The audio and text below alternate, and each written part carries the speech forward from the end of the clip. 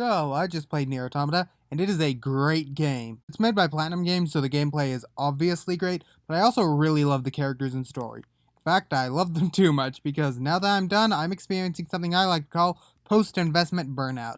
And that's when you finish a story you were very emotionally invested in, and you're just left with the aftermath of those emotions, feeling like you don't want to do anything, but also feeling empty without the experience you were so heavily invested in, and only wanting to have more of the experience you just had again.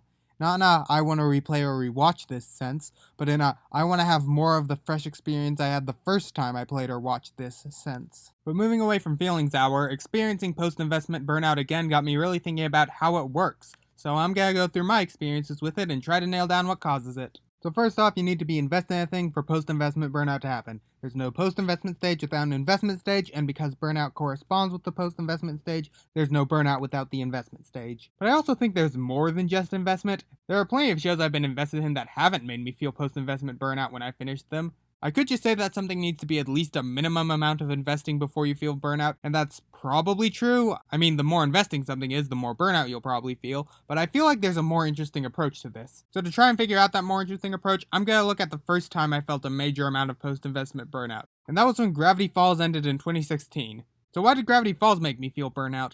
Well, there's the idea I'm temporarily ignoring of it sufficiently investing me, but there's also one other major factor in why I felt burnout for Gravity Falls.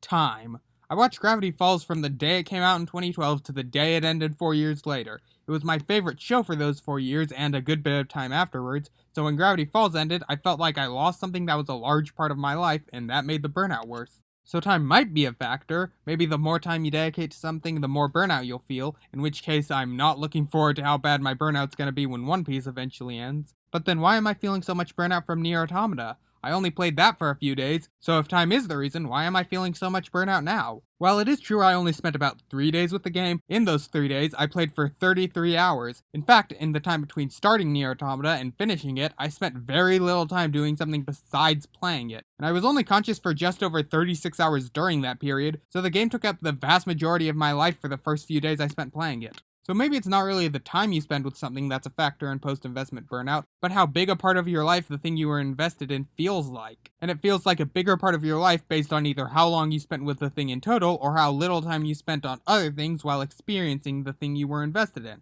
I think that last reason is why you can feel post-investment burnout after a binge-watching session, because even if the session only lasted a couple hours, you probably weren't doing anything else for those hours, so the show felt like a larger part of your life, even if it wasn't. I also think the sadder the end of something is, the more emotionally exhausting it is for you, and thus the more burnt out it makes you. Now, the end of the thing itself doesn't necessarily have to be sad at all. If you're invested enough in something, just the sadness of knowing you won't get more can be enough to cause burnout. But in my experience, things with at least a little bit of sadness in the ending itself are better at making you feel burnout. Using the examples I've used before, Gravity Falls' ending is bittersweet, and so much sad stuff happens in Nier Automata that if it hadn't been for the true ending, I'd probably be lying face down bawling my eyes out right now. But I can still think of times where I've watched shows that fit all the categories I've just outlined but that didn't make me feel burnout, most notably when I watched Vinland Saga last winter. I binged the show so it fits the did very little else condition, and it's my favorite show ever, so it easily clears the being a minimum amount of investing condition, and the ending is very sad, so why didn't I feel burnout from Vinland Saga? Because the show wasn't over. Even if season 1 was, it was based on a manga that had more content than that, and there was probably going to be a season 2. So instead of being burnt out because of my desire to have more but knowing there wasn't, I was excited because I knew there was more. Whereas Gravity Falls and Nier Automata were over, and I knew I'd never get more of those stories. And yeah, Gravity Falls has comic continuations and stuff, and there are other games set in the same universe as Nier Automata, but they aren't continuations of the series. The Gravity Falls continuations are just spin-off side stories, and more importantly, I didn't know they were gonna happen when the show ended. And the other games in the Nier universe are completely disconnected from Automata's story, which is the thing I was invested in.